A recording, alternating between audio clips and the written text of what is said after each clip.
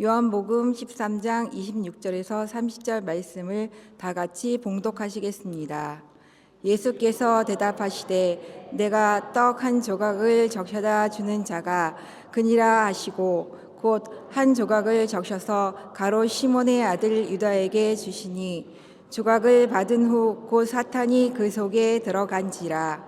이에 예수께서 유다에게 이르시되 내가 하는 일을 속히 하라 하시니 이 말씀은 무슨 뜻으로 하셨는지 그 앉은 자 중에 아는 자가 없고 어떤 이들은 유다가 돈깨를 맡았으므로 명절에 우리가 쓸 물건을 사라 하시는지 혹은 가난한 자에게 무엇을 주라 하시는 줄로 생각하더라.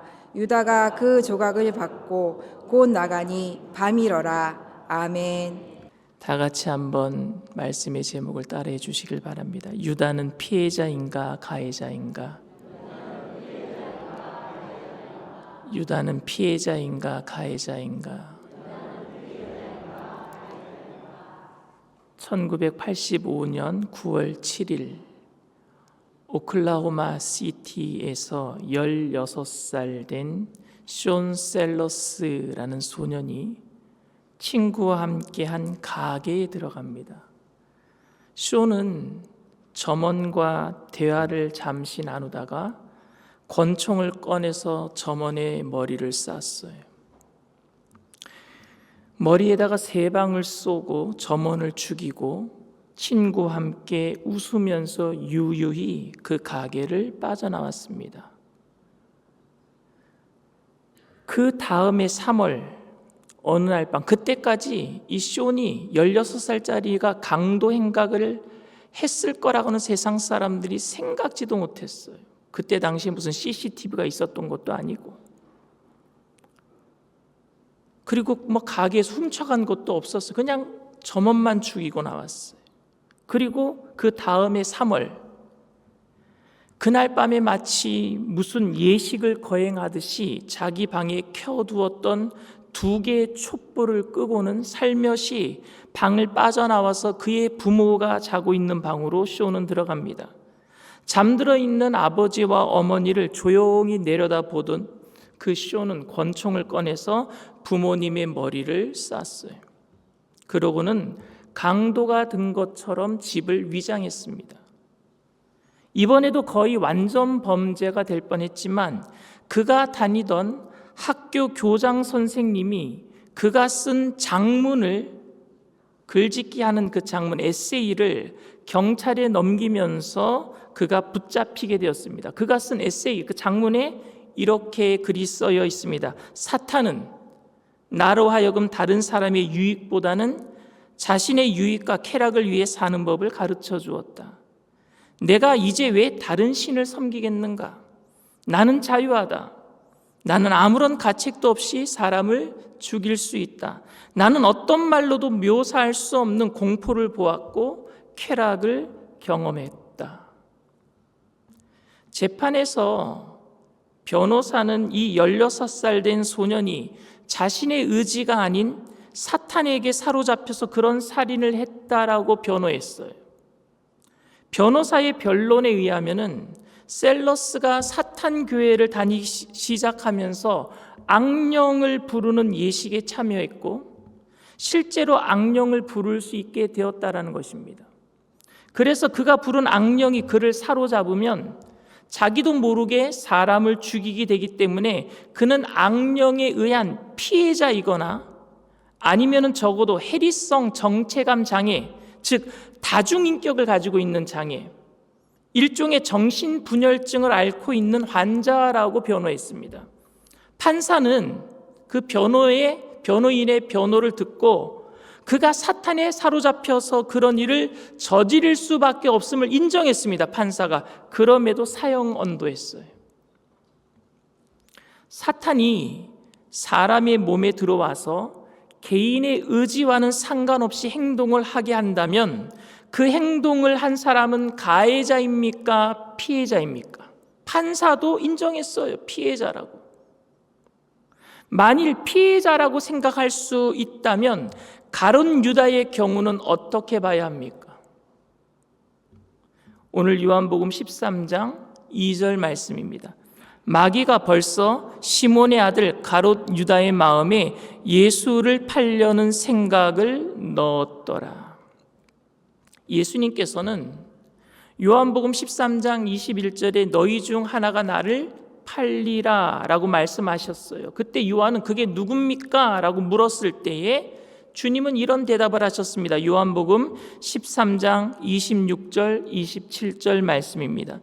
예수께서 대답하시되 내가 떡 한 조각을 적셔다 주는 자가 그니라 하시고 곧 한 조각을 적셔서 가룟 시몬의 아들 유다에게 주시니 조각을 받은 후 곧 사탄이 그 속에 들어간지라. 이에 예수께서 유다에게 이르시되 네가 하는 일을 속히 하라 하시니. 이 기록들을 보면은 마치 유다는 다른 제자들과 마찬가지로 연약하지만 주님을 몹시 사랑하던 그런 제자인데 주님과의 마지막 만찬 때에 갑자기 사탄이 그 속에 들어가서 유다의 의지와는 상관없이 사탄의 힘에 의해서 주님을 배신한 것처럼 보여져요. 이 말에 의하면.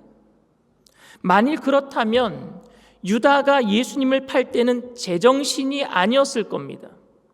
나중에 제정신이 들어보니 자신이 예수님을 팔아 넘긴 것을 깨닫고 몹시 괴로워서 대제사장에 받았던 은 30세겔을 다시 돌려주고 그래도 마음이 결국 괴로워서 목매달아 자살한 것이 됩니다. 이렇게 보면 엄밀히 가룟 유다도 피해자인 것처럼 보여져요. 유다는 심각한 이중인격 혹은 다중성격 정신질환을 앓고 있었던 사람일 수도 있고 아니면은 숀 셀러스처럼 순간적으로 마귀에게 붙잡혀서 자신의 의지와는 상관없는 행동을 한 경우인지도 모릅니다. 어쩌면 그보다 심각한 문제는 예수님이 미리 알고 계셨던 것처럼 유다가 예수님을 팔도록 예정되어 있었던 사람인데 그 배신은 단지 사탄에 의한 것이 아니라 성령에 사로잡혀서 하나님의 뜻을 이룬 것이라고 볼 수 있다는 거예요. 이렇게 얘기하는 사람도 있어요. 만일 그렇다면 그의 배신에 대한 책임을 유다에게 묻는 것은 부당해 보인다는 것입니다. 비록 악역이기는 하지만 그도 하나님의 뜻을 이룬 사람일 테니까요. 그래, 여러분 그렇습니까? 그가 배신하지 않았다면 예수님은 십자가를 통한 구원을 이루지 못했을 것이라고 볼 수도 있지 않겠습니까? 누군가는 예수님을 팔아야 되는데 물론 하나님의 주권적인 예정과 인간의 자유의지가 어떤 상관관계를 가지고 있는지 아는 것은 가능하지 않습니다. 삼위일체 신비처럼 하나님의 주권적인 그 주권과 내가 가지고 있는 자유의지와의 상관관계를 증명하는 일은요 너무 힘든 일이에요. 저에게는 하나님은 절대적인 주권자이시며 인간은 그 행동에 스스로 책임을 져야 할 만큼 의지적으로 자유하다라는 이 두 가지 명제가 독립적으로 인정하는 그 역설적인 입장이 그럴듯해 보이기 뿐입니다. 둘 다 맞아요. 하나님의 주권, 인간의 자유주의는 온전하다. 이 두 가지 명제가 내 안에서 어떻게 움직이는지, 그러니까 인간의 이성으로는 이해할 수 없는 영역이라고 말할 수 있겠는데 요한은 본문에서 왜 이렇게 기록했는지 궁금합니다. 다시 말하면 본문의 의도가 유다의 행위에 대한 하나님의 주권적인 계획이었음을 강조하기 위한 것인가 하는 점인데 저는 그렇게 볼 수 없다라고 봅니다. 하나님에 의해서 어쩔 수 없이 사탄이 그에게 들어가서 예수님을 팔아 넘겼다. 이게 하나님의 주권이다. 어쩔 수 없었다라고 볼 수 없단 말입니다. 본문과 관련된 기록에서 가룟 유다는 자신의 자유의지를 강제적으로 눌려서 하나님의 뜻을 이루시는 신학적인 전제를 설명하기 위한 구절로 보기 어렵다라는 겁니다. 그럼 어떻게 봐야 할 거예요, 여러분? 요한복음에서 사탄이 들어갔다 혹은 사탄이 그런 생각을 넣었다라고 기록한 것은 그리스도의 고난과 죽으심에 사탄이 적극적으로 관여했다라는 사실과 그리스도의 고난과 죽으심이 단순히 정치적인 문제가 아니라 영적인 문제임을 강조하기 위함이라고 저는 생각합니다. 한계가 있기는 하지만 사탄은 우리 일상에 틀림없이 강력하게 역사합니다. 사탄은 저에게도 교만한 생각을 집어넣어요. 제가 아무리 잘났어도 그걸 지나치게 자랑하려고 하면 안 되는데, 그런데도 사탄은 자꾸만 자랑하게 만든단 말입니다, 저에게. 하지만 저는 제가 말도 안 되는 자랑을 제가 해놓고 기억이 안 난 적은 한 번도 없어요. 자랑해놓고 기억 다 나요. 그것은 착각이든지 사실이든지 제가 교만하게 행동할 때는 언제나 사탄이 나에게 역사했다라고 말하는 게 아니라 의지적으로 내가 한 행동이란 말입니다. 의지적으로. 그런 마음이 들수록 유혹한 것은 사탄이었다라고 말할지라도 의지적으로는 누가 한 거예요? 내가 한 거예요. 저는 유다가 처음부터 주님을 사랑하지 않았다라고 생각합니다. 마태복음이나 누가복음의 기록을 보면 가룟 유다가 예수님을 팔기로 작정하고 흥정을 시작한 것은 떡 조각을 받은 후 사탄이 그 속에 들어갔다라고 기록한 사건 전이었어요. 그는 철저하게 계산에 의해 주님과 동행했습니다. 물론 다른 제자들도 성공과 출세에 관한 관심이 있었고 메시아적 사역을 심각하게 오해하기도 했고 충동적인 욕망에 흔들리기도 했지만 유다처럼 음흉한 의중으로 계산된 제자들은 없었습니다. 결과적으로는 달라 보이지 않아도 그 차이는 엄청나요. 죄를 짓고 나서 죄 지은 것을 슬퍼하는 것과 단지 죄 지은 것을 들킨 것을 속상해하는 것은 엄청난 차이 아닙니까, 여러분? 그렇게 3년을 따라다닌 막바지에 유다는 중요한 결정을 해야만 했습니다. 당시 유대 지도자들과 예수님 사이에 갈등이 극에 달한 상태에서 예수님과 함께 예루살렘에 왔는데 군중들의 열광적인 반응을 봐서는 예수님이 더 유리하게 보였어요. 하지만 예수님의 미온적인 태도나 유대 지도자들의 살기 등등한 모습을 보아서는 예수님이 불리해 보이기도 했습니다. 하루아침에 여론은 바뀌는 거니까요. 예수님을 왕으로 모시려고 하는 예루살렘의 모든 군중들에게 대해서 미온적으로 대한단 말입니다. 나는 그런 왕 되기 싫다 이렇게 얘기한단 말입니다. 오히려 그들의 밥줄을 끊어버리려고 성전에 가서 상을 뒤엎어버렸잖아요. 다른 제자들의 비교적 순진한 견해와는 달리 유다는 예리하게 상황을 판단해 나갑니다. 이런 팽팽한 대립과 긴장을 해결할 수 있는 열쇠를 쥐고 있는 사람은 뜻밖의 누구였느냐? 가룟 유다였어요. 그는 예수님이 불리하다라고 판단했습니다. 그뿐만이 아니라 자신의 생명도 위험할 수 있다라고 생각했습니다. 그래서 노예 한 사람 값어치로 알려진 은 30세길이라는 돈에 예수님을 팔기로 작정해버렸어요. 그의 이런 행동은 다른 제자들의 경우처럼 순간적인 충동에 의한 것이 아니라 치밀하게 계획된 것임에 틀림이 없습니다. 순간적으로 베드로도 3번 부인했잖아요. 그건 충동적인 거였어요. 그러나 가룟 유다는요, 치밀하게 계획된 일이었어요. 그렇게 유대 지도자들과의 합의하고 주님과의 마지막 만찬에 참석을 했습니다. 목소리가 또 커졌어요. 그 식사 자리에 참석한 12명의 제자들과 예수님 13명 중에 그날 그 식사가 마지막 식사가 될 것임을 알았던 사람은 딱 2사람밖에 없습니다. 누구예요? 예수님과 가룟 유다입니다. 주님이 죽음에 관해 말씀하실 때마다 가룟 유다는요 가슴이 철렁철렁했습니다. 주님이 마치 뭔가 아는 것처럼 말씀하셨기 때문입니다. 자기가 계획한 것이 들키는 것 아닌가? 도둑이 제발 저린다라는 말이 있듯이 뭔가 잘못한 것이 있으면은요 내색하지 않으려고 해도 말이나 표정에서 드러나는 법이에요. 저도 알아요. 누가 지금 긴장하고 있는지, 누가 거짓말하고 있는지 대충 알아요. 저도 목사도 아는데 예수님이 왜 그 가룟 유다의 모습을 보고 모르시겠습니까? 유다가 얼마나 강심장을 가졌는지 몰라도 아마 주님 말끝마다 안색이 달라지고 어색하게 행동하는 것을 주님은 눈치채셨을 것입니다. 그쯤 되면 유다도 알겠지요. 결국 모든 정황을 알고 있는 주님과 가룟 유다가 보이지 않고 들리지 않는 지금 교통을 하고 있는 것을 베드로를 비롯한 다른 제자들은 다 모르고 있었고요. 들러리 쓰고 있었어요. 지금 마지막 만찬에 주님은 제자들의 발을 씻기십니다. 물론 유다의 발도 씻기셨습니다. 사람이 마음을 굳게 닫으면 어떤 선행도 그 닫힌 마음을 열지 못하는가 봅니다. 제가 아무리 설교해도 자기 마음이 이미 편견으로 굳어진 사람은 그 마음의 문이 안 열려요.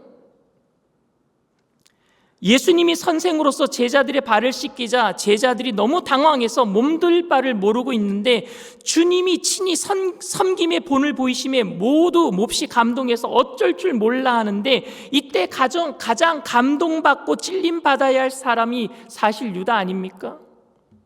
웬만하면 3년간의 정 때문이라도 이쯤에서는 주님의 손을 붙들고 눈물을 흘릴 법하지 않겠습니까, 여러분? 그만큼 온유와 겸손의 본을 보이시면 내가 너무 몹쓸 짓을 했구나, 내가 이런 예수님을 팔아먹으려고 했다니 싶어서 마음을 바꿀 만도 하지 않겠습니까? 인간의 완악함의 끝이 없나 봅니다. 그는 용서를 구하지 않았습니다. 공개적으로 용서를 구하는 것은 기대하기는 어려워도 생각을 바꿀 법한데 그의 마음과 생각도 돌이키지 않았습니다. 아마 더 독하게 마음을 먹은 것 같아요. 주님은 이런 유다가 자꾸 마음에 걸렸나 봅니다. 베드로의 발을 씻기다가 베드로에게 주님은 이런 말씀을 하세요. 너희가 모두 온몸이 깨끗한데 한 사람은 그렇지 않다. 유일하게 이 말씀을요, 베드로에게 하셨는데 유다만 알아들었어요. 자기였거든요. 주님은 베드로에게 말씀하셨지만 사실은 직접적으로 유다에게 나는 네가 무슨 생각을 하고 있는지 안다라는 의미로 하신 말씀이었습니다. 물론 모든 것을 아시는 주님이 그렇게 말씀하신다고 해도 유다가 돌이키지 않을 것임을 아셨다면 별로 의미 없는 말씀이었다고 볼 수도 있지만 적어도 이 땅에서 사역하면서 제자들과 인격적인 교제를 가졌다면 그의 모든 말씀은 윤리적이라고 볼 수 있지 않겠습니까? 베드로에게 네가 나를 3번 부인하리라 라는 말씀도 부인하지 않을 수 없을 것이라는 운명적인 결과를 선포하신 것이 아니라 부인할 수밖에 없을 정도로 너무 약하니 시험에 들지 않도록 해야 한다라는 은혜에 근거한 겉면이었단 말입니다. 하지만 그때도 유다는 돌이키지 않았습니다. 나 너 알고 있어. 하려는 일 알고 있어. 이 얘기는 뭐예요? 겉면이에요. 그러니까 이제 그만 거기에서 스탑하란 얘기 아닙니까? 예수님은 발을 씻기신 이후에 다시 제자들과 식사를 하셨습니다. 식사하는 중에 주님은 또다시 너희 중에 한 사람이 나를 팔 것이다 라고 마지막으로 말씀하십니다. 이번에는 제자들이 다 불안했어요. 전부 다 12제자가 다 불안했습니다. 도대체 누가 자꾸 주님을 판다라는 겁니까? 누굽니까? 접니까? 모두 다 물었어요. 베드로도 납니까? 요한도 접니까? 가룟 유다도 그게 접니까? 물었어요. 다른 제자들은 혹시나 내가 정말 주님을 팔까 싶어서 두려워서 자기의 연약함 때문에 물었던 것이고, 가룟 유다는요 강심장을 가지고 들킬까 봐 물었어요. 그게 접니까? 그때 주님은 떡 한 조각을 떼어 유다의 입에 넣으시며 말씀하셨습니다. 아마 그의 눈을 똑바로 쳐다보면서 안타깝게 말씀하셨을 것 같아요. 네가 잘 알지 않느냐? 네가 하는 일을 속히 하라. 요한은 이때 사탄이 유다에게 들어갔다라고 말하고 있습니다. 물론 그때 비로소 사탄이 유다의 마음을 사로잡았다라는 말도 아니고 주님의 그 말 때문에 유다가 예수님을 배신하게 되었다라는 말도 아닙니다. 그보다는 그럼에도 유다는 마음을 바꾸지 않고 사탄의 뜻을 따르기로 했다라는 의미입니다. 이전에 가졌던 마음을 끝까지 진행하겠다라는 의미일 거예요. 이제 유다로서는 다시 마음을 결정해야 하는 상황에 이르렀습니다. 그 일을 행해라. 이 얘기는 뭐예요? 내가 다 알고 있어. 그런 이제 그만 스탑해야 되지 않겠느냐. 설마 있는데 주님이 알고 계신 거예요. 유다는 이제 들켰어요. 주님이 정말로 알고 계시는구나. 짐작으로 하시는 말씀이 아니라 답답해서 꼭 제자 중에 하나가 나를 팔 것 같다고 말씀하시는 것이 아니라 콕 집어서 유다에게 직접적으로 내가 무슨 일을 하고 있는지 나는 알고 있다. 그 일을 행하라. 말씀하신 것입니다. 인간적으로 유다 입장에서는 마지막 기회인 셈입니다. 이제라도 돌이키면 됩니다. 주님만 아시는 일이니까 많은 사람들 앞에서 공개적으로 회개하는 것이 부끄럽고 용기가 나지 않으면 잘못했다라는 눈길만 보내면 되는 거예요. 예수님께 손수 발을 씻기시면서 손수 떡을 떼어 입에 넣어주시면서 유다와 그렇게 눈을 마주치면서 그렇게 말씀하고 계신데 거기서 멈춰야 되는 것 아닙니까, 여러분? 다른 사람들은 몰랐어요. 유다에게 돈깨를 맞고 있으니까 명절에 나가서 뭐 좀 사오라고 예수님이 시키나 보다. 모든 제자들이 다 몰랐단 말입니다. 유다만 알고 있었어요. 아, 예수님이 이제 알고 계시는구나. 그런데 유다는 주님의 눈길을 외면합니다. 주님의 말씀에 귀를 막아버립니다. 마음을 더 독하게 먹었습니다. 그리고 밖으로 나가버렸어요. 이제는 지체하면은 유다 자신이 위험해집니다. 주님이 알고 있는 이상 더 빨리 처리해야 합니다. 그래서 그날 밤 유다는 예수님을 팔아넘기고 말았습니다. 여러분은 유다가 사탄에게 사로잡혀 무의식 중에 이런 일을 했다라고 생각하고 계십니까? 다음 날 깨어나 보니까 이미 예수님을 팔아넘긴 후라 충격을 받았을 거라고 생각하십니까? 그렇지 않습니다. 그는 의지적으로 사탄의 뜻을 따른 것입니다. 이 사건은 유다를 향한 주님의 마지막 부름이었어요. 3년을 따라다니면서 무수히 많은 설교를 들었고 무수히 많은 이적과 기적을 보았고 주님께서 무수히 많은 사랑과 감동적인 사건들을 함께 경험했지만 그는 인간적으로 주님에게 끌리지도 않을 만큼 자기중심적이고 탐욕스러운 사람이었습니다. 마치 최후의 만찬은 유다를 위해 준비된 것처럼 느껴질 만큼 주님은 집중적으로 유다에게 관심을 보이시면서 마지막으로 그를 부르셨지만 유다는 주님의 부름을 거절했습니다. 요한은 이것을 사탄이 유다에게 들어갔다라고 표현한 것이에요. 우리는 유다의 사건을 종종 결과론적으로 혹은 운명론적으로 접근하려고 합니다. 그러니까 유다는 예수님을 팔 수밖에 없는 운명이었기 때문에 그가 죄를 짓는 것은 어쩔 수 없다라고 보는 거예요. 복음서의 기록, 특별히 요한복음의 기록은 그렇게 생각하도록 만드는 경향이 더 있는 것도 사실입니다. 하지만 저는 요한이 유다의 사건을 운명론적 사변으로 소개하고 있거나 철학적 논제를 다루기 위해서 기록했다라고 생각하지는 않습니다. 오히려 당시 배교의 위험이 높았던 그리고 교회의 배교의 참담함과 그것을 아시는 주님의 마음을 소개하고 있다라고 생각합니다. 요한복음은요, 예수님이 돌아가시고 승천하신 이후에 한참 있다가 기록된 성경, 초대교회가 태동한 이후에 초대교회가 이단의 배교에 넘어갈까 봐 그것을 향한 예수님의 그 마음을 기록해 놓은 거예요.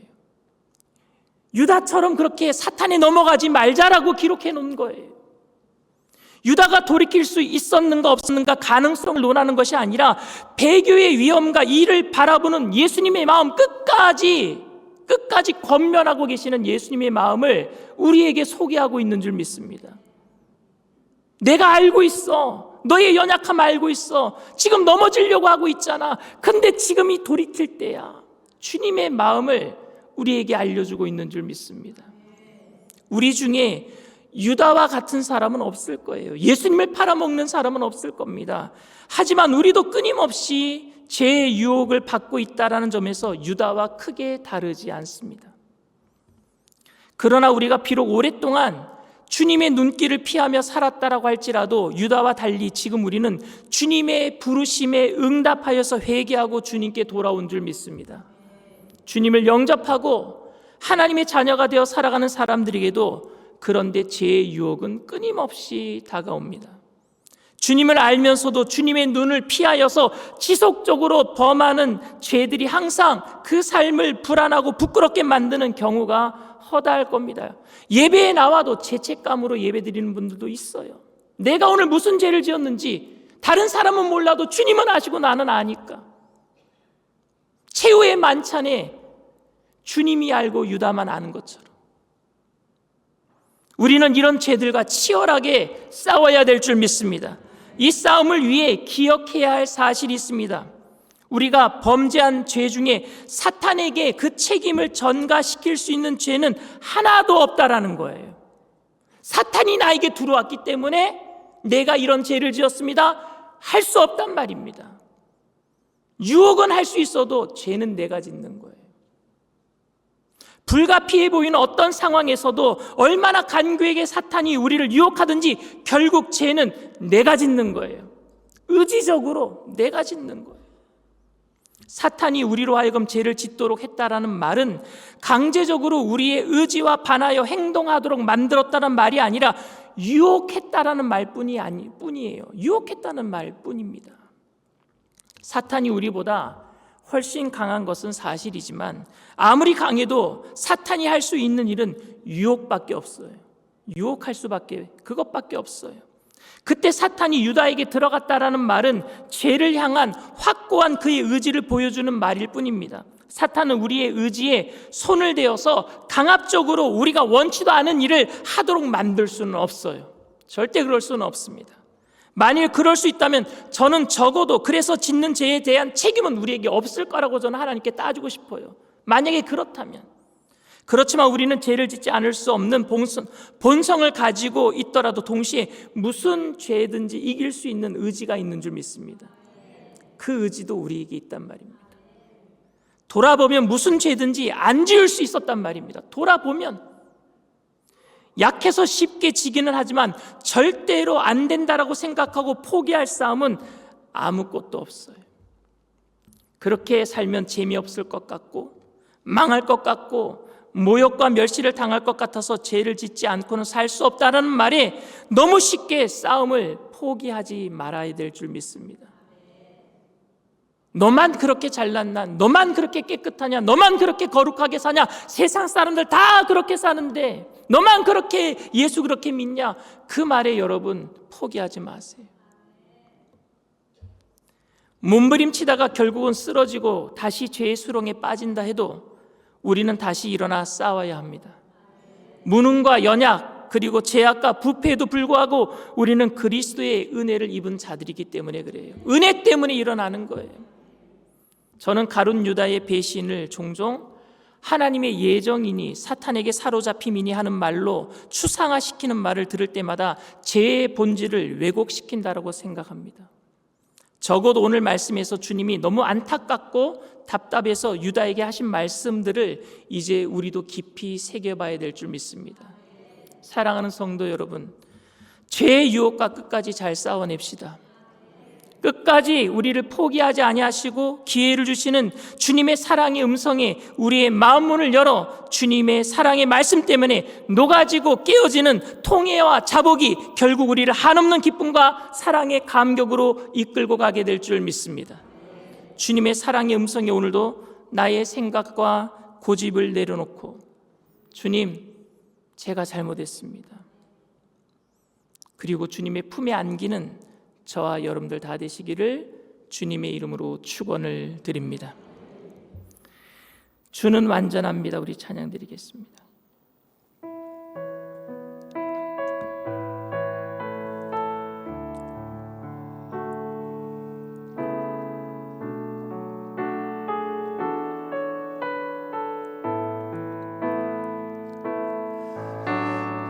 주여 우린 연약합니다.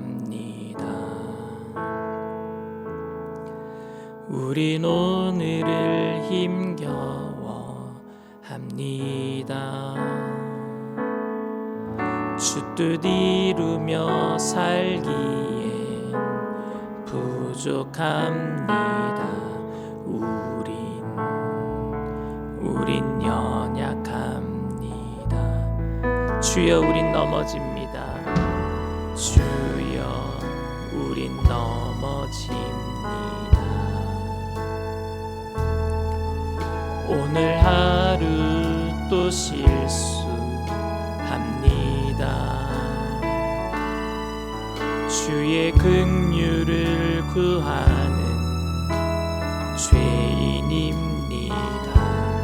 우린 주만 바라봅니다. 한없는 주님의 은혜, 한없는 주님의 은혜,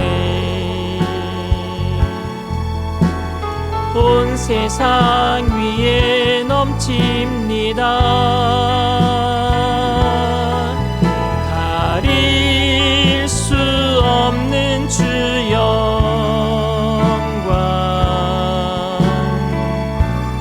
온 땅 위에 충만합니다. 주님만이 길이 오니 우린 그 길 따라갑니다. 그날에 우리를 이루시 주는 완전합니다. 한없는 주님의 은혜, 한없는 주님의 온 세상 위에 넘칩니다.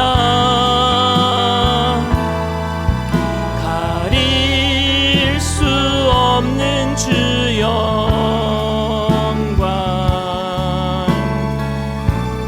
온 땅 위에 충만합니다.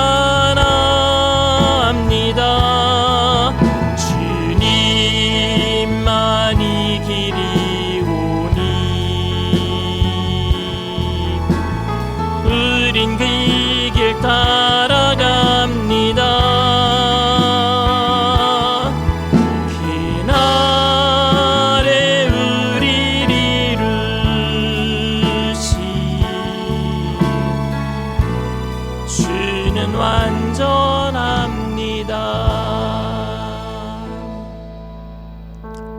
세상에 가장 불쌍한 사람이 누구일까요? 자기가 맞다라고 생각한 그곳을 향해서 열심을 다해서 다름박질했는데 결국에 그 길이 예수님의 길이 아닌 자기 자신만의 길로 달려갔던 사람 아니겠습니까? 그러니 포기 못하는 거예요. 그러니까 중지 못하는 거예요. 그러니까 스탑하지 못해요. 오늘날에도 이게 하나님의 일이라고 생각하고 열심을 다해서 하는데 결국 그게 하나님의 일이 아닌 자기의 일이고 마귀가 교회를 깨트리려고 계획한 일을 나중에 깨닫게 된다면 그것만큼 후회스러운 일은 없을 거예요.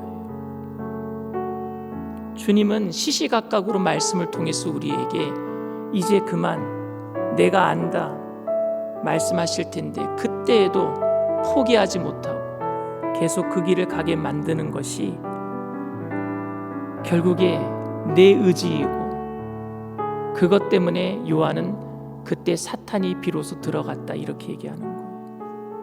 바뀌지 않으니까, 그 의지를 가지고 바뀌지 않으니까. 오늘 이 시간 우리가 주님 앞에 연약함을 고백해야 될 줄 믿습니다.